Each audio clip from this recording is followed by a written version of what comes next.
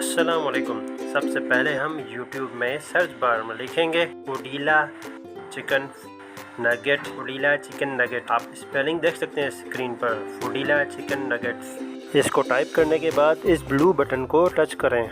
यहाँ पर video load होगी, आप इस वीडियो को क्लिक करें। ये मेरी वीडियो है।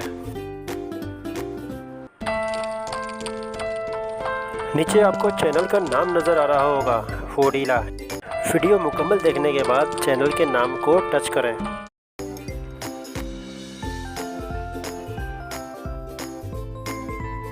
यहाँ आप सब्सक्राइब के बटन पर टच करें तो चैनल सब्सक्राइब हो जाएगा। सब्सक्राइब के नीचे वीडियो और प्लेलिस्ट आपको नज़र आ रहा होगा। आप प्लेलिस्ट के ऑप्शन में जाएं, वहाँ पर आप फूडीला ऑल वीडियो को सर्च करें। फूडीला ऑल वीडियो, इसमें जाकर आप पहली वीडियो को प्ले कर दें तो ये बारी बारी सारी वीडियो चल जाएंगी।